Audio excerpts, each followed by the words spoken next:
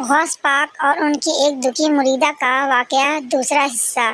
ماں بیٹی سے کہتی ہے کہ وضو کر لو اور نئے کپڑے پہن لو، ہم بھی حضور صلی اللہ علیہ وسلم کی محفل میلاد میں شرکت کے لیے جائیں گے، اور سنا ہے کہ وہاں کے علاقے کے بڑے بڑے علماء، بڑے بڑے صوفیاء وہاں آئیں گے اور حضور صلی اللہ علیہ وسلم کی بارگاہ میں عقیدت کے پھول نچھاور کریں گے۔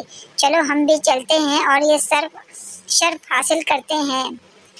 دونوں جاتی ہیں، دیکھتی ہیں کہ وہاں خلیفہ بغداد کے محل کے باہر ایک دربان کھڑا ہوتا ہے جو ان کو روک لیتا ہے اور کہتا ہے کہ تمہارے پاس اس محفل مبارک کا دعوت نامہ ہے؟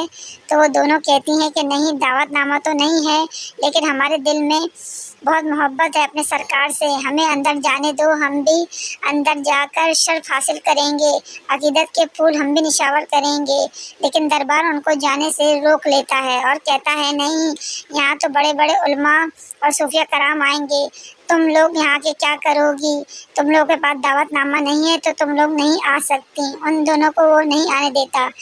ماں بیٹی دونوں بہت اداس ہوتی ہیں۔ بیٹی ماں سے کہتی ہے، اماں دیکھیں، ہم لوگ غریب ہیں، غریبوں کا کوئی بھی پرسان حال نہیں ہے، ہمیں اندر جانے نہیں دیا اور محفل میلاد میں شرکت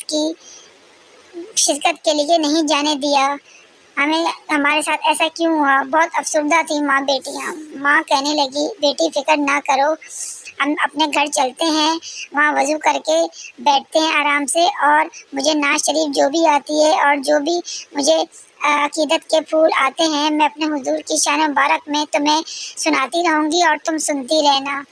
جو مجھے آتا ہے میں کہتی رہوں گی، تم سنتی رہنا، ہم بھی میلاد شریف اس طرح منائیں گے۔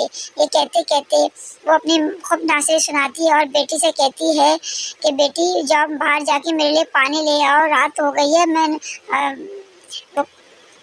روزہ رکھوں گی۔ بیٹی جب باہر جاتی ہے تو حیرانی سے آتی ہے، کہتی ہے امی دیکھیں باہر کون آیا ہے۔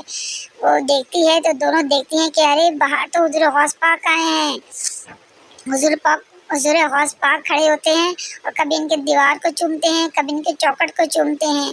یہ دونوں ماں بیٹیاں دیکھتی رہتی ہیں یہ کیا معاملہ ہے، اور آپ سے پوچھتی ہیں کہ حضور غوث پاک آپ ایسا کیوں کر رہے ہیں کہ ہماری دہلیز پر آ کر آپ اس طرح چوم رہے ہیں، کبھی دیوار چوم رہے ہیں، کبھی دہلیز کو چوم رہے ہیں؟